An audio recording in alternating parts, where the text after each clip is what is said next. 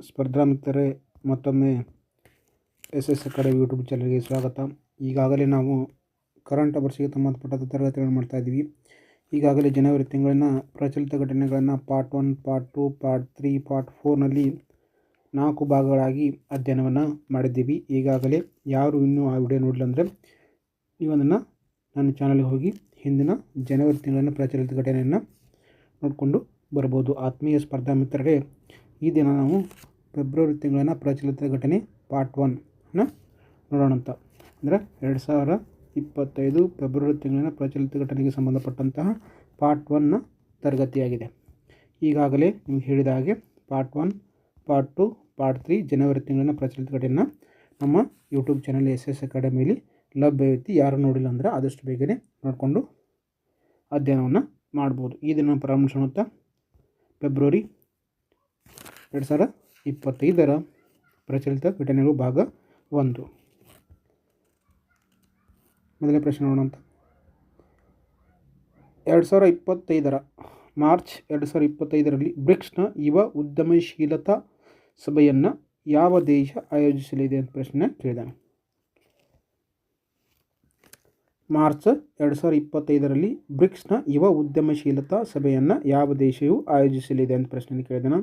ಆಯ್ಕೆಗಳು ನೋಡುವಂಥ ಆಯ್ಕೆಗಳು: A Bharat, B Brazil, C China, D Dakshina Africa. ಇದಕ್ಕೆ ಸರಿಯಾದ ಉತ್ತರ ಆಯ್ಕೆ ಎ ಭಾರತ ದೇಶವು 2025ರಲ್ಲಿ ಬ್ರಿಕ್ಸ್ನ ಒಂದು ಯುವ ಉದ್ಯಮಶೀಲತಾ ಸಭೆಯನ್ನು ಆಯೋಜಿಸಲಿದೆ ಅಂತ ನಾವಿಲ್ಲಿ ನೋಡ್ಬೋದು. ಇದಕ್ಕೆ ಸಂಬಂಧಪಟ್ಟಂತೆ ನೋಡಿದಾಗ ಇದು ಸುಸ್ಥಿರ ಬೆಳವಣಿಗೆಗಾಗಿ ಯುವ ಉದ್ಯಮಶೀಲತೆ ಎಂಬ ವಿಷಯದಡಿ, ಇದು ಬ್ರಿಕ್ಸ್ನ ಯುವ ಉದ್ಯಮಶೀಲತಾ ಸಭೆ ಯಾವ ವಿಷಯದಡಿ ನಡೀತಾ ಇದೆ ಅಂದ್ರೆ ಸುಸ್ಥಿರ ಬೆಳವಣಿಗೆಗಾಗಿ ಯುವ ಉದ್ಯಮಶೀಲತೆ ಎಂಬ ವಿಷಯದಡಿ ಮಾರ್ಚ್ 3ರಿಂದ ಮಾರ್ಚ್ 7ರವರೆಗೆ 2025ರವರೆಗೆ ಬ್ರಿಕ್ಸ್ನ ಯುವ ಮಂಡಳಿಯ ಉದ್ಯಮಶೀಲತಾ ಕಾರ್ಯಗ್ರೂಪ್ ಒಂದು ಸಭೆಯನ್ನು ಭಾರತ ದೇಶವು ಆಯೋಜಿಸಲಿದೆ ಅಂತೇಳಿ ನಾವಿಲ್ಲಿ ನೋಡ್ತೀವಿ. ಈ ಕಾರ್ಯಕ್ರಮ ಏನು ಮಾಡ್ತದೆ ಅಂದರೆ ಬ್ರಿಕ್ಸ್ ರಾಷ್ಟ್ರಗಳಲ್ಲಿನ ಉದ್ಯಮಶೀಲತೆಯ ನೀತಿ, ಚರ್ಚೆಗಳು, ಅದರ ಕಾರ್ಯಕ್ರಮಗಳು, ನೆಟ್ವರ್ಕಿಂಗ್, ಯುವ ಸಹಕಾರ ಹೆಚ್ಚಿಸುವ ಗುರಿಯನ್ನು ಹೊಂದಿದೆ. ಇದರ ಪೂರ್ವಸಿದ್ಧತೆಗಾಗಿ ಈ ಕಾರ್ಯಕ್ರಮವನ್ನು ಆಯೋಜಿಸಿದೆ ಅಂತೇಳಿ ನಾವಿಲ್ಲಿ ನೋಡ್ತೀವಿ. ಇದರ ಪ್ರೋತ್ಸಾಹಿಸಲು ಭಾರತ ಸರ್ಕಾರವು ಭಾರತದ 8 ರನ್ ಆಫ್ ಕಾರ್ಯಕ್ರಮಗಳನ್ನು ನಡೆಸಲಾಗುವುದು ಅಂತೇಳಿ ಇದಕ್ಕೆ ಹೇಳಿದ್ದಾರೆ. ನೆಕ್ಸ್ಟ್ ಪ್ರಶ್ನೆ ನೋಡೋಂಥ ಮುಂದಿನ ಪ್ರಶ್ನೆ: ಇತ್ತೀಚೆಗೆ ಸುದ್ದಿಯಲ್ಲಿ ಕಂಡುಬಂದಂತಹ ಪಾಯಿಂಟ್ ನೆಮೊ ಯಾವ ಸಾಗರದಲ್ಲಿದೆ? ಇತ್ತೀಚೆಗೆ ಸುದ್ದಿಯಲ್ಲಿರುವಂತಹ ಪಾಯಿಂಟ್ ನೆಮೊ ಯಾವ ಸಾಗರದಲ್ಲಿದೆ ಅಂತ ಪ್ರಶ್ನೆಯನ್ನು ಕೇಳಿದಾನೆ. ಆಯ್ಕೆಗಳು: ಎ ಅಂಟಾರ್ಟಿಕ್ ಸಾಗರ, ಬಿ ಪೆಸಿಫಿಕ್ ಸಾಗರ, ಸಿ ಆರ್ಕ್ಟಿಕ್ ಸಾಗರ, ಡಿ ಹಿಂದೂ ಮಹಾಸಾಗರ ಸಾಗರ. ಯಾವುದು ಪಾಯಿಂಟ್ ನೋವಾ ಯಾವ ಸಾಗರದಲ್ಲಿ ಕಂಡುಬರುತ್ತದೆ ಅಂತ ಪ್ರಶ್ನೆಯನ್ನು ಕೇಳಿದಾನೆ.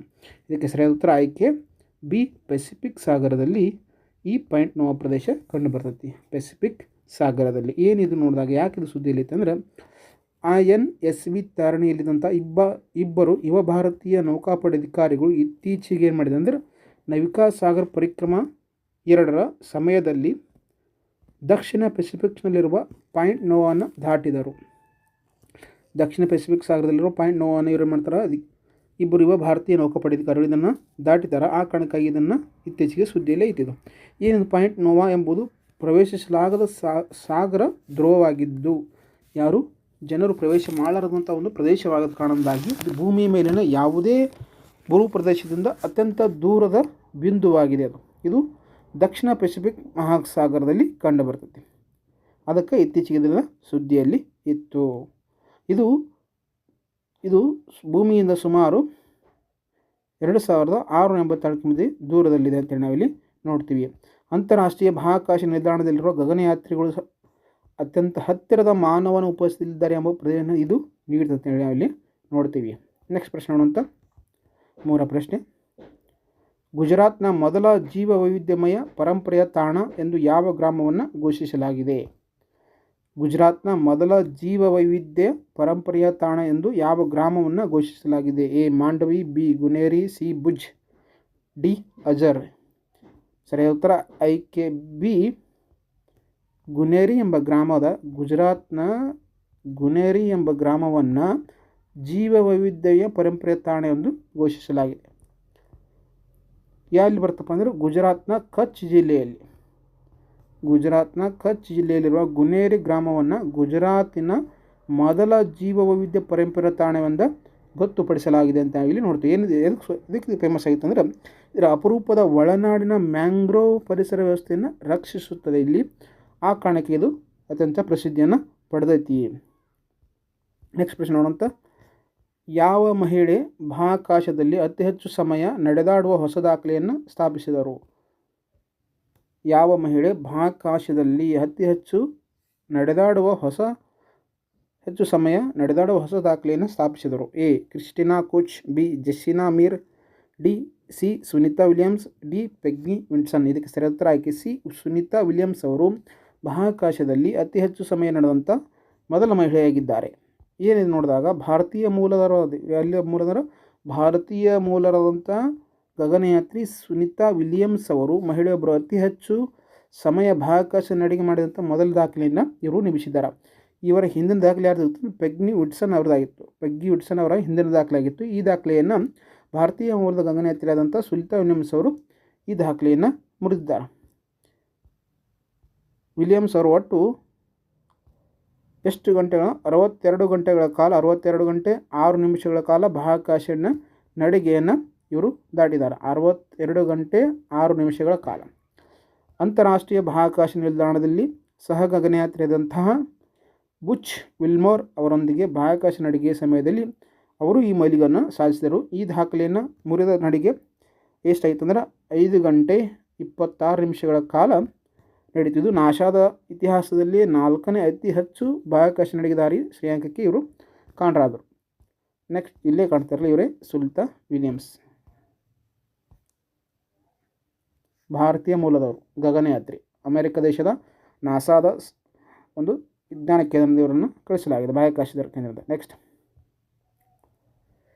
9ನೇ ಏಷ್ಯನ್ ಚಳಿಗಾಲದ ಕ್ರೀಡಾಕೂಟ ಆತಿಥೇಯ ದೇಶ ಯಾವುದು? 9ನೇ ಏಷ್ಯನ್ ಚಳಿಗಾಲದ ಕ್ರೀಡಾಕೂಟದ ಆತಿಥೇಯ ದೇಶ ಯಾವುದು? ಆಯ್ಕೆಗಳು: A. China, B. Bharat, C. Indonesia, D. Malaysia. ಇದಕ್ಕೆ ಸರಿಯಾದ ಉತ್ತರ ಆಯ್ಕೆ ಎ. ಚೀನಾ ದೇಶವು ಏನು ನಡೀತೈತೆ ಅಂದರೆ 9ನೇ ಏಷ್ಯನ್ ಚಳಿಗಾಲದ ಕ್ರೀಡಾಕೂಟವನ್ನು ಆಯೋಜಿಸುತ್ತದೆ. ಸ್ವಲ್ಪ ಇದಕ್ಕೆ ವಿವರಣೆ ನೋಡೋದಾದರೆ, ಮೊದಲ ಬಾರಿಗೆ ಭಾರತವು ರಾಷ್ಟ್ರೀಯ ಕ್ರೀಡಾಕೂಟಗಳ ಆಯೋಜನೆಯಲ್ಲಿ ಏಷ್ಯನ್ ಚಳಿಗಾಲದ ಕ್ರೀಡಾಕೂಟಕ್ಕಾಗಿ ತನ್ನ ತಂಡವನ್ನು ಇಲ್ಲಿ ಕಳಿಸ್ತಾಯಿದೆ. 9ನೇ ಏಷ್ಯನ್ ಚಳಿಗಾಲದ ಕ್ರೀಡಾಕೂಟ ಫೆಬ್ರವರಿ 7ರಿಂದ 14ರವರೆಗೆ 2025ರಲ್ಲಿ ಚೀನಾದ ಹಾರ್ಬಿನ್ನಲ್ಲಿ ನಡೆದಿದೆ. ಯಾವ ನಗರದಲ್ಲಿ? ಚೀನಾದ ಹಾರ್ಬಿನ್ ಎಂಬ ನಗರದಲ್ಲಿ ಇದು ನಡೆಯಲಿದೆ ಅಂತೇಳಿ ನಾವಿಲ್ಲಿ ನೋಡ್ತೀವಿ.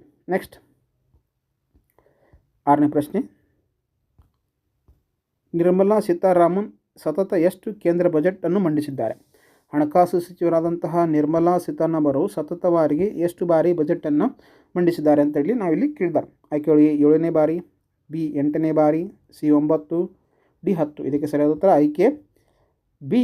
ಸತತ 8 ಬಾರಿ ನಿರ್ಮಲಾ ಸೀತಾರಾಮನ್ ಅವರು ಕೇಂದ್ರ ಬಜೆಟನ್ನು ಮಂಡಿಸಿದ್ದಾರೆ. ನಿರ್ಮಲಾ ಸೀತಾರಾಮನ್ ಅವರು ಸತತವಾಗಿ 8 ಬಾರಿ ಕೇಂದ್ರ ಬಜೆಟನ್ನು ಮಂಡಿಸಿದಂಥ ಕೀರ್ತಿಗೆ ಪಡೆದಿದ್ದಾರೆ. ಏನು ಫೆಬ್ರವರಿ 1ರಂದು ಏನು ಕೇಂದ್ರ ಬಜೆಟ್ ಮಂಡನೆ ಆಯ್ತಲ್ಲ, ಅದರಲ್ಲಿ ಸತತವಾಗಿ 8 ಬಾರಿ ಈ ಬಜೆಟ್ ಮಂಡನೆ ಮಾಡೋ ಮೂಲಕ ಇತಿಹಾಸವನ್ನು ನಿರ್ಮಿಸಿದರು. ಭಾರತ ಇತಿಹಾಸದಲ್ಲಿಯೇ ಯಾವುದೇ ಹಣಕಾಸು ಸಚಿವರು ಸತತವಾಗಿ ಅತಿ ಹೆಚ್ಚು ಬಜೆಟ್ ಮಂಡಿಸಿದ ದಾಖಲೆ ಇದಾಗಿದೆ. ಅಂದರೆ ಇಲ್ಲಿವರೆಗೆ ಯಾರೇ ಭಾರತ ಹಣಕಾಸು ಸಚಿವರು ಇಲ್ಲಿವರೆಗೆ ಸತತ 8 ಬಾರಿ ಯಾರೂ ಹಣಕಾಸು ಬಜೆಟನ್ನು ಮಂಡಿಸಿಲ್ಲ. ಸತತವಾಗಿ ಬಜೆಟ್ ಮಂಡಿಸಿದ ಕೀರ್ತಿ ಯಾರಿಗೆ ಸಲ್ತಮ್ಮ ಅಂದ್ರೆ ನಿರ್ಮಲಾ ಸೀತಾರಾಮನ್ ಅವರಿಗೆ ಸಲ್ತೈತಿ. ಇವರು ಭಾರತದ ಮೊದಲ ಪೂರ್ಣಾವಧಿಯ ಮಹಿಳಾ ಹಣಕಾಸು ಸಚಿವೆಯಾಗಿದ್ದಾರೆ. ಭಾರತದ ಮೊದಲ ಪೂರ್ಣಾವಧಿ ಮಹಿಳಾ ಹಣಕಾಸು ಸಚಿವರಾಗಿ ಈ ಬಜೆಟನ್ನು ಮಂಡಿಸಿದ ಕೀರ್ತಿಯನ್ನು ಇವರಿಗೆ ಸಲ್ತೈತಿ. ಆದರೆ ಅತಿ ಹೆಚ್ಚು ಬಾರಿ ಬಜೆಟ್ ಮಂಡಿಸಿದವರು ಯಾರಂದ್ರೆ ಮೊರಾರ್ಜಿ ದೇಸಾಯಿ 10 ಬಾರಿ ಬಜೆಟನ್ನು ಮಂಡಿಸಿರ್ತಾರೆ. ಆದರೆ ಅವರು ನಿರಂತರವಾಗಿ ಬಜೆಟನ್ನು ಮಂಡಿಸಿಲ್ಲ. 10 ಬಾರಿ ಸತತವಾಗಿ ಬಜೆಟ್ ಮಂಡಿಸಿದ ಕೀರ್ತಿ ಯಾರಿಗೆ ಬರ್ತದೆ ಅಂದರೆ ನಿರ್ಮಲಾ ಸೀತಾರಾಮನ್ 8 ಬಾರಿ. ಆದರೆ ಅತಿ ಹೆಚ್ಚು ಬಾರಿ ಬಜೆಟ್ ಮಂಡಿಸಿದ ಬಾರಿ 10 ಸಲ ಮೊರಾರ್ಜಿ ದೇಸಾಯಿ ಅವರು ಸತತವಾಗಿ 10 ಬಾರಿ ಬಜೆಟನ್ನು ಮಂಡಿಸ್ತಾರೆ. ಬಟ್ ಸತತವಾಗಿ ಮಂಡಿಸಿದ ಕೀರ್ತಿ ನಿರ್ಮಲಾ ಸೀತಾರಾಮನ್ ಅವರಿಗೆ ಸಲ್ತೈತೆ. ಇತ್ತೀಚೆಗೆ ಭಾರತದಲ್ಲಿ ರಾಮ್ಸರ್ ಪಟ್ಟಿಗೆ ಎಷ್ಟು ಹೊಸ ಜೌಗು ಪ್ರದೇಶಗಳು ಸೇರಿಸಲಾಗಿದೆ ಅಂತೇಳಿ ಪ್ರಶ್ನೆಯನ್ನು ಕೇಳಿದ. ಇತ್ತೀಚೆಗೆ ಭಾರತದಲ್ಲಿ ರಾಮ್ಸರ್ ಪಟ್ಟಿಗೆ ಎಷ್ಟು ಹೊಸ ಜೌಗು ಪ್ರದೇಶಗಳನ್ನು ಸೇರಿಸಲಾಗಿದೆ? ಆಯ್ಕೆಗಳು: ಎ. 4, ಬಿ. 3, ಸಿ. 5, ಡಿ. 2. ಇದಕ್ಕೆ ಸರಿಯಾದ ಉತ್ತರ ಆಯ್ಕೆ ಎ. ಇತ್ತೀಚೆಗೆ ಭಾರತದಲ್ಲಿ 4 ತಾಣಗಳನ್ನು ಭಾರತದಲ್ಲಿ ರಾಮ್ಸರ್ ಪಟ್ಟಿಗೆ ಸೇರಿಸಲಾಗಿದೆ. ಏನು ರಾಮ್ಸರ್ ಪಟ್ಟಿ ಅಂತ ನೋಡಿದಾಗ ಸ್ವಲ್ಪ ಇತ್ತೀಚೆಗೆ ಭಾರತದಲ್ಲಿ 4 ಹೊಸ ತಾಣಗಳನ್ನು ರಾಮ್ಸರ್ ಪಟ್ಟಿಗೆ ಸೇರಿಸಲಾಗಿದೆ. ಒಟ್ಟಾರೆ ಭಾರತದಲ್ಲಿರೋ ಒಟ್ಟು ರಾಮಸರ್ ತಾಣಗಳ ಸಂಖ್ಯೆ ಈಗ ಎಷ್ಟು ಅಂದರೆ 89. ಭಾರತದಲ್ಲಿರೋ ಒಟ್ಟು ರಾಮಸರ್ ತಾಣಗಳ ಸಂಖ್ಯೆ 89. ಇತ್ತೀಚೆಗೆ 4 ಸೇರ್ಪಡೆದ ಅವುಗಳಲ್ಲಿ ಯಾವ್ಯಾವಪ್ಪ ಅಂದ್ರೆ ಜಾರ್ಖಂಡ್ನ ಉದ್ವಾ ಸರೋವರ, ಸಿಕ್ಕಿಂನ ಕೇಂಚಿ ಯೋಪ್ರಿಲ್ ಜೋಗು ಪ್ರದೇಶ, ಸಿಕ್ಕಿಂನ ಮೊದಲ ರಾಮಸರ್ ತಾಣ ಇದು. ನೆಕ್ಸ್ಟ್ ತಮಿಳುನಾಡಿನ ಸಕ್ಕರೆಕೊಟ್ಟಂ ಪಕ್ಷಿಧಾಮ ಮತ್ತು ತಿರ್ತ್ಗಲ್ ಪಕ್ಷಿಧಾಮ ಇವು ಇತ್ತೀಚೆಗೆ 4 ಸೇರ್ಪಡೆ ಆದವಲ್ಲ ರಾಮಸರ್ ಪಟ್ಟಿಗೆ. ಅವು ಇತ್ತೀಚೆಗೆ ಒಟ್ಟು ಭಾರತದಲ್ಲಿ ರಾಮಸರ್ ತಾಣ ಪಟ್ಟಿ ಎಷ್ಟಾಯಿತು? 89 ತಾಣಗಳಿದಾವೆ ಭಾರತದಲ್ಲಿ. ಪ್ರಸ್ತುತ ರಾಮಸರ್ ತಾಣಗಳ ಸಂಖ್ಯೆ 89. ಇತ್ತೀಚೆಗೆ 4 ಸೇರ್ಪಡೆ ಆದವು. ಅದರಲ್ಲಿ 1ನೇದು ಜಾರ್ಖಂಡ್ನ ಉದ್ವಾ ಸಾಗರ, 2ನೇದು ಸಿಕ್ಕಿಂನ ಖೇಂಚಿಯೋಪಲಿ ಜೋಗ ಪ್ರದೇಶ, ಇದು ಸಿಕ್ಕಿಂನ ಮೊದಲ ರಾಮಸರ್ ತಾಣ. ಹಾಗೂ ತಮಿಳುನಾಡಿನ 2 ಸೇರಿಕೊಂಡ, ಒಂದು ಸಕ್ಕರೆಕೊಟ್ಟಂ ಪಕ್ಷಿಧಾಮ, ಇನ್ನೊಂದು ತಿರ್ತ್ಗಲ್ ಪಕ್ಷಿಧಾಮ. ಒಟ್ಟಾರೆ ತಮಿಳುನಾಡು ಈ ಸೇರ್ಪಡೆಯಿಂದ 20 ರಾಮಸರ್ ತಾಣಗಳನ್ನು ಹೊಂದೈತಿ. ಇತ್ತೀಚೆಗೆ 2 ಸೇರ್ಪಡೆಗೊಂಡವಲ್ಲ ಯಾವುದು? ಸಕ್ಕರೆಕೊಟ್ಟಂ ಪಕ್ಷಿಧಾಮ, ಒಂದು ತಿರ್ತ್ಗಲ್ ಪಕ್ಷಿಧಾಮ. ಇವು 2 ಸೇರಿದೊಂದಿಗೆ ತಮಿಳುನಾಡು ಒಟ್ಟು 20 ಅತಿ ಹೆಚ್ಚು ತಾಣಗಳನ್ನು ಹೊಂದಿರುವ ರಾಜ್ಯವಾಗಿದೆ. ಅತಿ ಹೆಚ್ಚು ರಾಮಸರ್ ತಾಣ ಹೊಂದಿದ ರಾಜ್ಯ ಯಾವುದಂದ್ರೆ ತಮಿಳುನಾಡು. ಎಷ್ಟು ತಾಣಗಳನ್ನು ಹೊಂದೈತೆ ಅಂದರೆ 20 ತಾಣಗಳನ್ನು ಹೊಂದೈತಿ. ಅತಿ ಹೆಚ್ಚು ರಾಮಸರ್ ತಾಣಗಳನ್ನು ಹೊಂದಿರುವ ರಾಜ್ಯ ಯಾವುದು? ತಮಿಳುನಾಡು. ಇತ್ತೀಚೆಗೆ 2 ಸೇರ್ಪಡೆ ಈಗ, ಒಂದು ಸಕ್ಕರೆಕೊಟ್ಟಂ, ಇನ್ನೊಂದು ತಿರ್ತ್ಗಲ್ ಪಕ್ಷಿಧಾಮ. ನೆಕ್ಸ್ಟ್ ಪ್ರಶ್ನೆ ನೋಡೋಂಥ, ಭಾರತದಲ್ಲಿ ಮೊದಲ ರಾಷ್ಟ್ರೀಯ ಸಹಕಾರಿ ವಿಶ್ವವಿದ್ಯಾಲಯವು ಯಾವ ರಾಜ್ಯದಲ್ಲಿ ಸ್ಥಾಪನೆಯಾಗಿದೆ? ಭಾರತದ ಮೊದಲ ರಾಷ್ಟ್ರೀಯ ಸಹಕಾರಿ ವಿಶ್ವವಿದ್ಯಾಲಯವು ಯಾವ ರಾಜ್ಯದಲ್ಲಿ ಸ್ಥಾಪನೆಯಾಗಿದೆ? A Madhya Pradesh, B Gujarat, C Rajasthan, D Odisha. ಇದಕ್ಕೆ ಸರಿಯಾದ ಉತ್ತರ ಆಯ್ಕೆ ಬಿ, ಗುಜರಾತ್ನಲ್ಲಿ ದೇಶದ ಮೊಟ್ಟ ಮೊದಲ ರಾಷ್ಟ್ರೀಯ ಸಹಕಾರಿ ವಿಶ್ವವಿದ್ಯಾಲಯವನ್ನು ಸ್ಥಾಪಿಸಲಾಗಿದೆ ಅಂತ ನಾವಿಲ್ಲಿ ನೋಡ್ತೀವಿ. ಏನಿದು ನೋಡಿದಾಗ Gujarat institute of rural management Anand ಭಾರತದ ಮೊದಲ ರಾಷ್ಟ್ರೀಯ ಸಹಕಾರಿ ವಿಶ್ವವಿದ್ಯಾಲಯವನ್ನು ಸ್ಥಾಪಿಸಲಾಯಿತು. ತ್ರಿಭುವನ ಸಹಕಾರಿ ವಿಶ್ವವಿದ್ಯಾಲಯ ಮಸೂದೆ, ಇದನ್ನು ಏನು ಕರೀತಾರೆ? ತ್ರಿಭುವನ ಸಹಕಾರಿ ವಿಶ್ವವಿದ್ಯಾಲಯ ಅಂತೇಳಿ ಲೋಕಸಭೆಯಲ್ಲಿ ಇದನ್ನು ಮಸೂದೆಯನ್ನು ಪರಿಚಯಿಸಲಾಯಿತು. ಅದರ ಪರಿಚಯಿಸುವ ಮುಖಾಂತರ ಗುಜರಾತ್ ರಾಜ್ಯದಲ್ಲಿ ಈ ವಿಶ್ವವಿದ್ಯಾಲಯವನ್ನು ಸ್ಥಾಪನೆ ಮಾಡಿತು. ಈ ರಾಷ್ಟ್ರೀಯ ವಿಶ್ವವಿದ್ಯಾಲಯವು ರಾಷ್ಟ್ರೀಯ ಪ್ರಾಮುಖ್ಯತೆಯ ಸಂಸ್ಥೆಯಾಗಿದ್ದು ಸಹಕಾರಿ ವಲಯದಲ್ಲಿ ಶಿಕ್ಷಣ, ತರಬೇತಿ ಮತ್ತು ಸಂಶೋಧನೆಯ ಮೇಲೆ ಕೇಂದ್ರೀಕರಿಸುತ್ತದೆ. ನೆಕ್ಸ್ಟ್ ಪ್ರಶ್ನೆ ನೋಡೋಂಥ, 2025 ಮತ್ತು 26ರ ಕೇಂದ್ರ ಬಜೆಟ್ನ ಪ್ರಕಾರ ವಿಮಾ ವಲಯಕ್ಕೆ ಹೊಸ ವಿದೇಶಿ ನೇರ ಹೂಡಿಕೆಯ ಮಿತಿ ಎಷ್ಟು?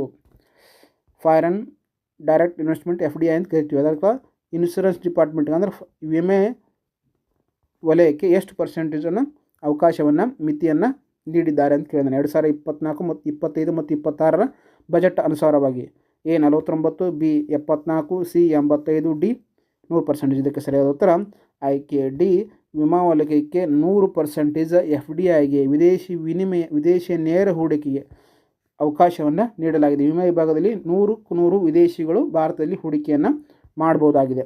ಹಣಕಾಸು ಸಚಿವರಾಗಿದ್ದಂಥ ನಿರ್ಮಲಾ ಸೀತಾರಾಮನ್ ಮಂಡಿಸಿದ 2025 ಮತ್ತು 26ನೇ ಸಾಲಿನ ಕೇಂದ್ರ ಬಜೆಟ್ನಲ್ಲಿ ವಿದೇಶಿಯ ನೇರ ಹೂಡಿಕೆ FDI ಮಿತಿಯನ್ನು 74 ಇತ್ತು. 74ರಿಂದ ಈಗ ಏನು ಮಾಡಿದಾರೆ? 100ಕ್ಕೆ ಏರಿಸಿದ್ದಾರೆ. ವಿಮಾ ವಲಯಕ್ಕೆ 74% ಇತ್ತು, 74ರಿಂದ 100%ಕ್ಕೆ ಈ ವಲಯವನ್ನು ಏರಿಸಿದ್ದಾರೆ. ನೆಕ್ಸ್ಟ್ 11 ಪ್ರಶ್ನೆ, 2025ರ ಬಿಮ್ಸ್ಟಿಕ್ ಯುವ ಶೃಂಗಸಭೆಯು ಆತಿಥೇಯ ಭಾರತೀಯ ನಗರ ಯಾವುದು? 2025ರಲ್ಲಿ ಬಿಮ್ಸ್ಟಿಕ್ನ ಯುವ ಶೃಂಗಸಭೆ ನಡೀತೈತಿ. ಅದರ ಆತಿಥೇಯ ಭಾರತೀಯ ನಗರ ಯಾವುದು ಅಂತ ಹೇಳ್ಕೊಂಡಿದ್ದಾನೆ. ಅಂದ್ರೆ ಭಾರತದಲ್ಲಿ ಈ ಸಭೆ ನಡೀತೈತಿ. ಕ್ಲಿಯರ್ ಆಗಿರಲಿ. ಬಿಮ್ಸ್ಟಿಕ್ ಯುವ ಶೃಂಗಸಭೆ ಎಲ್ಲಿ ನಡೀತದೆ ಅಂದರೆ ಭಾರತದಲ್ಲಿ ನಡೀತೈತೆ. ಅದರ ಈ ಪ್ರಶ್ನೆ ಕೇಳೋಣ, ಯಾವ ನಗರ ಅಂತ ಕೇಳಿದಾನೆ. ಆಯ್ಕೆಗಳು A Gandhinagar, B Calcutta, C Hyderabad, D Chennai. ಇದಕ್ಕೆ ಸರಿಯಾದ ಉತ್ತರ ಆಯ್ಕೆ ಎ ಗಾಂಧಿನಗರ. ಗಾಂಧಿನಗರದಲ್ಲಿ ಬಿಮ್ಸ್ಟಿಕ್ನ ಈ ಯುವ ಶೃಂಗಸಭೆಯನ್ನು ಆಯೋಜಿಸಲಾಗುತ್ತದೆ. ಗಾಂಧಿನಗರ ಎಲ್ಲಿ ಕಂಡು ಬರ್ತದೆ ಅಂದರೆ ಗುಜರಾತ್ ರಾಜ್ಯದ ರಾಜಧಾನಿ ಆಗೈತಿ ಗಾಂಧಿನಗರ. ಅಲ್ಲಿ ಗಾಂಧಿನಗರದಲ್ಲಿ ಈ ಸಭೆಯನ್ನು ಹಮ್ಮಿಕೊಳ್ಳಲಾಗೈತೆ.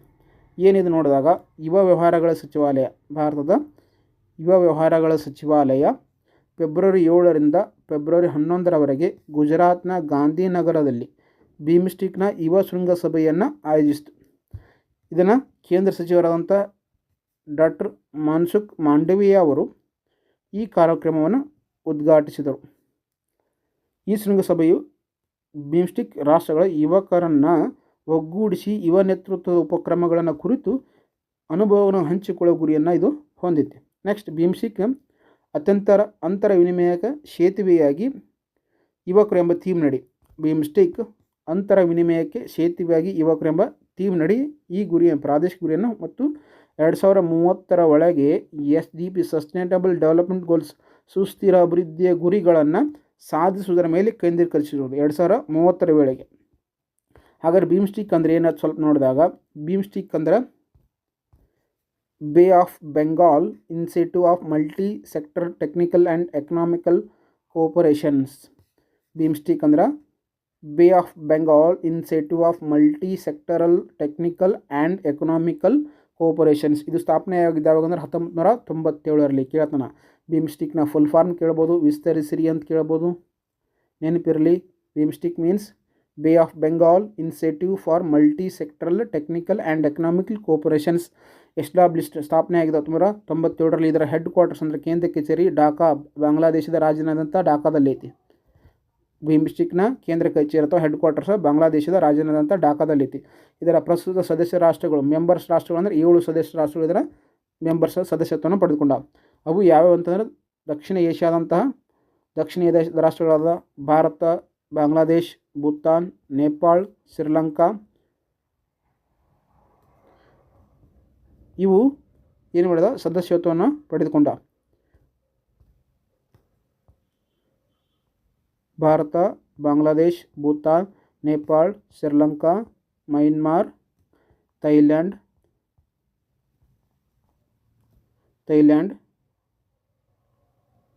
ಈ 7 ದೇಶಗಳೇನಂದ್ರೆ ಈ 7 ಬಿಮ್ಸ್ಟಿಕ್ನ ಸದಸ್ಯ ಸ್ಥಾನವನ್ನು ಪಡೆದುಕೊಂಡಂಥ ರಾಷ್ಟ್ರಗಳಿಗೆ. ನೆಕ್ಸ್ಟ್, ವಾಟ್ಸಪ್ ಆಧಾರಿತ ಆಡಳಿತ ವೇದಿಕೆ ಮನಮಿತ್ರವನ್ನು ಯಾವ ರಾಜ್ಯದಲ್ಲಿ ಆರಂಭಿಸಲಾಯಿತು? ವಾಟ್ಸಪ್ ಆಧಾರಿತ ಆಡಳಿತ ವೇದಿಕೆ ಮನಮಿತ್ರವನ್ನು ಯಾವ ರಾಜ್ಯದಲ್ಲಿ ಪ್ರಾರಂಭಿಸಲಾಗಿದೆ? ಆಯ್ಕೆಗಳು: A Maharashtra, B Tamil Nadu, C Karnataka, D Andhra Pradesh. ಇದಕ್ಕೆ ಸರಿಯಾದ ಉತ್ತರ ಆಯ್ಕೆ ಡಿ ಆಂಧ್ರಪ್ರದೇಶದಲ್ಲಿ ವಾಟ್ಸಪ್ ಮುಖಾಂತರ ಮನಮಿತ್ರ ಎಂಬ ವಾಟ್ಸಪ್ ಆಧಾರಿತ ತಂತ್ರಜ್ಞಾನ ಬಳಸಿಕೊಂಡು ಕಾರ್ಯಕ್ರಮವನ್ನು ಪ್ರಾರಂಭಿಸಲಾಯಿತು. ಆಂಧ್ರಪ್ರದೇಶ ಸರ್ಕಾರವು ಇತ್ತೀಚೆಗೆ ಮಾಡಿತಂದ್ರೆ ಭಾರತದ ಮೊದಲ ವಾಟ್ಸಪ್ ಆಧಾರಿತ ಆಡಳಿತ ವೇದಿಕೆಯಾದ ಮನಮಿತ್ರವನ್ನು ಪ್ರಾರಂಭಿಸಿದೆ. ಈ ಉಪಕ್ರಮವು 161 ನಾಗರಿಕ ಸೇವೆಗಳನ್ನು ಒದಗಿಸುತ್ತದೆ. 161 ನಾಗರಿಕ ಸೇವೆಗಳನ್ನು ಈ ಮನಮಿತ್ರದ ವಾಟ್ಸಪ್ ಮುಖಾಂತರ ಸಾರ್ವಜನಿಕರು ತಲುಪುವ ಯೋಜನೆ ಹಮ್ಮಿಕೊಂಡಿದೆ. ನೆಕ್ಸ್ಟ್, ವಿಶ್ವ ಕ್ಯಾನ್ಸರ್ ದಿನವನ್ನು ಯಾವಾಗ ಆಚರಿಸಲಾಗುತ್ತದೆ? ವಿಶ್ವ ಕ್ಯಾನ್ಸರ್ ದಿನ, ವರ್ಲ್ಡ್ ಕ್ಯಾನ್ಸರ್ ಡೇಯನ್ನು ಯಾವಾಗ ಆಚರಿಸಲಾಗುತ್ತದೆ? A February 1, B February 4, C March 5, D December 10. ಇದಕ್ಕೆ ಸರಿಯಾದ ಉತ್ತರ ಆಯ್ಕೆ ಬಿ ಫೆಬ್ರವರಿ 4 ಪ್ರತಿ ವರ್ಷ ನಾವು ಮಾಡ್ತೀವಿ ವಿಶ್ವ ಕ್ಯಾನ್ಸರ್ ದಿನ ಅಂತೇಳಿ ಆಚರಿಸ್ತೀವಿ. ಫೆಬ್ರವರಿ 4 ವರ್ಲ್ಡ್ ಕ್ಯಾನ್ಸರ್ ಡೇ ಅಂತೇಳಿ ಆಚರಿಸ್ತೀವಿ. ಹಾಗಾದರೆ ಇದರ ವಿಶೇಷ ಏನಾಗಿತ್ತು ಅಂದರೆ ಪ್ರತಿ ವರ್ಷದಂತೆ ಈ ವರ್ಷವೂ ಸಹ ಫೆಬ್ರವರಿ 4 ನಾವು ವಿಶ್ವ ಕ್ಯಾನ್ಸರ್ ದಿನವನ್ನಾಗಿ ಆಚರಿಸಲಾಯಿತು. ಈ ವರ್ಷದ ಥೀಮ್ ಏನಾಗಿತ್ತು? 2025ರಲ್ಲಿ ಇದರ ಥೀಮ್ ಅನನ್ಯತೆಯಿಂದ ಏಕತೆಗೆ, ಯುನೈಟೆಡ್ ಬೈ ಯುನಿಕ್ ಇದರ ಥೀಮ್ ಆಗಿತ್ತು. ಧ್ಯೇಯ ವಾಕ್ಯ ಅಂತೇಳಿ ಕನ್ನಡದಾಗ ಕರಿತೀವಿ ನಾವು. 2025ರ ವಿಶ್ವ ಕ್ಯಾನ್ಸರ್ ದಿನದ ಧ್ಯೇಯ ವಾಕ್ಯ ಏನಾಗಿತ್ತು ಅಥವಾ ಥೀಮ್ ಏನಾಗಿತ್ತು ಅಂದ್ರೆ ಅನನ್ಯತೆಯಿಂದ ಏಕತೆ, ಯುನೈಟೆಡ್ ಬೈ ಯುನಿಕ್ ಇದರ ಥೀಮ್ ಏನಾಗಿತ್ತು. ಈ ಆಚರಣೆಯನ್ನು 2000ದಿಂದ ಪ್ರಾರಂಭ ಮಾಡ್ಯಾವ. 2000ರಿಂದ ಫೆಬ್ರವರಿ 4 ಪ್ಯಾರಿಸ್ನಲ್ಲಿ ನಡೆದಂಥ ವಿಶ್ವ ಕ್ಯಾನ್ಸರ್ ವಿರುದ್ಧ ಶೃಂಗಸಭೆಯ ಸಂದರ್ಭದಲ್ಲಿ ಇದನ್ನು ಪ್ರಾರಂಭಿಸಲಾಯಿತು. ಮೊಟ್ಟ ಮೊದಲ ಬಾರಿಗೆ ಸಭೆ ನಡೀತಿಲ್ಲ ಪ್ಯಾರಿಸ್ನಲ್ಲಿ 2000ರಲ್ಲಿ. ಆವಾಗ ಈ ವಿಶ್ವ ಕ್ಯಾನ್ಸರ್ ದಿನವನ್ನು ಫೆಬ್ರವರಿ 4ರಂದು ಆಚರಿಸಬೇಕಂತೇಳಿ 2000 ಇಸ್ವಿಯಲ್ಲಿ ಪ್ಯಾರಿಸ್ನಲ್ಲಿ ನಿರ್ಧರಿಸಲಾಯಿತು. ಮುಂದಿನ ಪ್ರಶ್ನೆ ನೋಡೋಂಥ, ಭಾರತದ ಮೊದಲ AI ವಿಶ್ವವಿದ್ಯಾಲಯ ಯಾವ ರಾಜ್ಯವು ಸ್ಥಾಪಿಸಲಿದೆ? ಭಾರತದ ಮೊದಲ AI ವಿಶ್ವವಿದ್ಯಾಲಯವನ್ನು ಯಾವ ರಾಜ್ಯ ಸ್ಥಾಪಿಸಲಿದೆ? A Karnataka, B Tamil Nadu, C Gujarat, D Maharashtra. ಇದಕ್ಕೆ ಸರಿಯಾದ ಉತ್ತರ ಆಯ್ಕೆ ಡಿ ಮಹಾರಾಷ್ಟ್ರ ರಾಜ್ಯವು ಮೊಟ್ಟ ಮೊದಲ ಭಾರತದ AI ಆರ್ಟಿಫಿಷಿಯಲ್ ಇಂಟೆಲಿಜೆನ್ಸಿ ಕೃತಕ ಬುದ್ಧಿವಂತಿಕೆಯ ವಿಶ್ವವಿದ್ಯಾಲಯವನ್ನು ಮಹಾರಾಷ್ಟ್ರ ರಾಜ್ಯವು ಸ್ಥಾಪಿಸಲಿದೆ ಅಂತ ನಾವಿಲ್ಲಿ ನೋಡ್ತೀವಿ. AI ಶಿಕ್ಷಣ, ಸಂಶೋಧನೆ ಮತ್ತು ನಾವೀನ್ಯತೆಯನ್ನು ಹೆಚ್ಚಿಸುವ ಗುರಿಯೊಂದಿಗೆ ಮಹಾರಾಷ್ಟ್ರವು ಭಾರತದ ಮೊದಲ ಕೃತಕ ಬುದ್ಧಿವಂತಿಕೆ ಆರ್ಟಿಫಿಷಿಯಲ್ ಇಂಟೆಲಿಜೆನ್ಸ್ ವಿಶ್ವವಿದ್ಯಾಲಯನ ಸ್ಥಾಪಿಸಲು ಸಜ್ಜಾಗಿದೆ ಅಂತೇಳಿ ನಾವಿಲ್ಲಿ ನೋಡ್ತೀವಿ. ನೆಕ್ಸ್ಟ್, ಇತ್ತೀಚೆಗೆ ವಿಜಯ್ ದುರ್ಗ ಎಂದು ಮರುನಾಮಕರಣಗೊಂಡ ವಿಲಿಯಂ ಪೋರ್ಟ್ನ ಯಾವ ಭಾರತೀಯ ನಗರದಲ್ಲಿದೆ? ಇತ್ತೀಚೆಗೆ ವಿಜಯಂ ದುರ್ಗ ಎಂದು ಮರುನಾಮಕರಣಗೊಂಡ ವಿಲಿಯಂ ಪೋರ್ಟ್ ಯಾವ ಭಾರತೀಯ ನಗರದಲ್ಲಿದೆ? ಆಯ್ಕೆಗಳು: A Mumbai, B Chennai, C Hyderabad, D Calcutta. ಇದಕ್ಕೆ ಸರಿ ಉತ್ತರ ಆಯ್ಕೆ ಡಿ ಕಲ್ಕತ್ತಾದಲ್ಲಿ ಪೋರ್ಟ್ ವಿಲಿಯಂ ಪೋರ್ಟನ್ನು ಇತ್ತೀಚೆಗೆ ವಿಜಯದುರ್ಗ ಅಂತೇಳಿ ಮರುನಾಮಕರಣವನ್ನು ಮಾಡಿದ್ದಾರೆ. ಇದು ಎಲ್ಲಿ ಕಂಡು ಬರ್ತದೆ ಅಂದ್ರೆ ಕಲ್ಕತ್ತಾ ನಗರದಲ್ಲಿ ಕಂಡು ಬರ್ತೈತಿ. ಏನು ಸ್ವಲ್ಪ ಇರೋ ನೋಡಿದಾಗ ಪೂರ್ವ ಸೇನಾ ಕಮಾಂಡ್ನ ಪ್ರಧಾನ ಕಚೇರಿಯಾದಂತಹ ಕಲ್ಕತ್ತಾದಲ್ಲಿರುವ ಪೋರ್ಟ್ ವಿಲಿಯಂ ಅನ್ನು ವಿಜಯದುರ್ಗ ಎಂದು ಮರುನಾಮಕರಣವನ್ನು ಮಾಡಿದ್ದಾರೆ. ಈ ವಿಲಿಯಂ ಪೋರ್ಟನ್ನು 1773ರಲ್ಲಿ ಬ್ರಿಟಿಷರು ನಿರ್ಮಿಸಿದ್ದಾರೆ. 1773ರಲ್ಲಿ ಬ್ರಿಟಿಷರು ಪೋರ್ಟ್ ವಿಲಿಯಂ ಕೋಟೆಯನ್ನು ನಿರ್ಮಿಸ್ತಾರೆ. ಇದನ್ನು ಇಂಗ್ಲೆಂಡ್ನ ರಾಜ ವಿಲಿಯಂ ಮೂರವರನ್ನು ಹೆಸರಿಡಲಾಗಿದೆ. ನೆಕ್ಸ್ಟ್, ಈ ಕೋಟೆಯು ಹುಗ್ಲಿ ನದಿಯ ಪೂರ್ವ ದಡದಲ್ಲಿದೆ. ಯಾವುದು? ಹುಗ್ಲಿ ನದಿಯ ಪೂರ್ವ ದಡದಲ್ಲಿದೆ. ಈಗಿನ ಭಾರತೀಯ ಸೇನಾ ಒಡೆತನದಲ್ಲಿತ್ತು. ಆ ಕಾರಣಕ್ಕೆ ಇದನ್ನು ಮೂಲತಃ 1669ರಲ್ಲಿ ಬ್ರಿಟಿಷರು ಈಸ್ಟ್ ಇಂಡಿಯಾ ಕಂಪನಿಯೊಂದಿಗೆ ನಿರ್ಮಿಸಲ್ಪಟ್ಟಿದೆ. ಅಲ್ಲಿನ ಕೈದಿಗಳನ್ನು ಬಂಧಿಸಿದ ನಂತರ ಕಲ್ಕತ್ತಾದ ಕಪ್ಪು ಕೋಣೆ ದುರಂತ 1756ರಲ್ಲಿ ನಡೆದಿತ್ತು. ಕಪ್ಪು ಕೋಣೆಯ ದುರಂತ. ಈ ಸಂದರ್ಭದಲ್ಲಿ ಪ್ಲಾಸಿಕ್ ಅದರ ನಂತರ ರಾಬರ್ಟ್ ಕ್ಲೈವ್ ಇದನ್ನು ಪುನರ್ ನಿರ್ಮಿಸ್ತಾರೆ. ವಿಲಿಯಂ ಪೋರ್ಟ್ ಇದನ್ನು ವಿಜಯದುರ್ಗ ಅಂತೇಳಿ ಮರುನಾಮಕರಣವನ್ನು ಮಾಡಿದ್ದಾರೆ. ಇದೆಲ್ಲ ಫೆಬ್ರವರಿ ತಿಂಗಳಿನ ಪ್ರಚಲಿತ ಘಟನೆಯ ಪಾರ್ಟ್ 1 ಕ್ವಶನ್ಗಳು. ನೆಕ್ಸ್ಟ್ ಪಾರ್ಟ್ 2ದಲ್ಲಿ ಬರುವಂಥ ಕ್ವಶನ್ಗಳಿರ್ತಾವೆ. ಇಂಪಾರ್ಟೆಂಟನ್ನು ತೆಗೆದುಕೊಂಡು ಬಂದಿದ್ವಿ. ಈಗಾಗಲೇ ಜನವರಿ ಪಾರ್ಟ್ 1, ಪಾರ್ಟ್ 2, ಪಾರ್ಟ್ 3, ಪಾರ್ಟ್ 4 ಮಾಡಿದ್ವಿ. ಇದು ಫೆಬ್ರವರಿ ತಿಂಗಳಿನ ಪಾರ್ಟ್ 1ನ ಪ್ರಚಲಿತ ಘಟನೆಗಳು. ಫೆಬ್ರವರಿ ತಿಂಗಳ ಪಾರ್ಟ್ 2 ಮುಂದಿನ ತರಗತಿಯಲ್ಲಿ ಮತ್ತೆ ಸಿಗೋಣ ಅಂತ. ಇನ್ನೂ ನಮ್ಮ ಚಾನಲ್ಗೆ ಯಾರು ಸಬ್ಸ್ಕ್ರೈಬ್ ಮಾಡಿಲ್ಲ, SS ಅಕಾಡೆಮಿಗೆ ಬೇಗನೆ ಸಬ್ಸ್ಕ್ರೈಬ್ ಮಾಡಿಕೊಳ್ಳಿ. ಈ PDF SS ಅಕಾಡೆಮಿಗೆ ಟೆಲಿಗ್ರಾಮ್ ಚಾನಲ್ ಲಭ್ಯ ಇರ್ತೈತಿ. ಲಿಂಕನ್ನು ತೆಳಗಡೆ ಕೊಟ್ಟಿರ್ತೀನಿ, ಕ್ಲಿಕ್ ಮಾಡಿ ಜಾಯ್ನ್ ಆಗಿ PDF ಅನ್ನು ಡೌನ್ಲೋಡ್ ಮಾಡಿಕೊಂಡು ಅಧ್ಯಯನವನ್ನು ಮಾಡಬಹುದು. ಈ PDF ಫ್ರೀ ಆಗಿರ್ತೈತಿ, ಯಾವುದೇ ರೀತಿಯ ಚಾರ್ಜ್ ಇರೋಂಗಿಲ್ಲ. ಇದು ಈಗಾಗಲೇ ಜನವರಿ ತಿಂಗಳ ಪ್ರಚಲಿತ ಘಟನೆಯ PDF ಲಭ್ಯ ಐತಿ. PDF ಲಭ್ಯ ಐತಿ. ಈ ಫೆಬ್ರವರಿ ತಿಂಗಳನ್ನ ಸಹ ಈಗ ಅಪ್ಲೋಡ್ ಮಾಡ್ತೀನಿ ವಿಡಿಯೋ ಆದ ನಂತರ. ಯಾರು ಇನ್ನೂ ಸಬ್ಸ್ಕ್ರೈಬ್ ಮಾಡಿಲ್ಲ ಅದು ಬೆಸ್ಟ್ ಸಬ್ಸ್ಕ್ರೈಬ್ ಮಾಡ್ಕೊಳ್ಳಿ. ಈಗಾಗಲೇ ನಮ್ಮ ಯೂಟ್ಯೂಬ್ ಚಾನಲಲ್ಲಿ DSRTC ಅಂದರೆ ಕರ್ನಾಟಕ ರಾಜ್ಯದ 6ರಿಂದ 12ನೇ ತರಗತಿಯ ಸಮಾಜ ವಿಜ್ಞಾನದ ಮತ್ತು ಇತಿಹಾಸ, ಭೂಗೋಳಶಾಸ್ತ್ರ ಮತ್ತು ಅರ್ಥಶಾಸ್ತ್ರದ ವಿಷಯಗಳ ಮೇಲೆ ಉಚಿತವಾದ ತರಗತಿಗಳನ್ನು ನಮ್ಮ SS ಅಕಾಡೆಮಿಲಿ ಲಭ್ಯ ಮಾಡ್ತಾ ಇದ್ದೀವಿ. ಈಗಾಗಲೇ 6ನೇ ತರಗತಿಯ ಅಧ್ಯಾಯ 1 ಇತಿಹಾಸದ ಪರಿಚಯ ಕುರಿತು ಈಗಾಗಲೇ ಒಂದು ವಿಡಿಯೋನ ಹಾಕಿದ್ದೀವಿ. ಯಾರು ಆ ವಿಡಿಯೋ ನೋಡಿಲ್ಲ ಅಂದರೆ ಆದಷ್ಟು ಬೇಗನೆ ವಿಡಿಯೋನ ನೋಡ್ಕೊಳ್ಳಿ. ಮುಂದಿನ ವಿಡಿಯೋದಲ್ಲಿ ಸಿಗೋಣ ಅಂತ. ನಮಸ್ತೆ.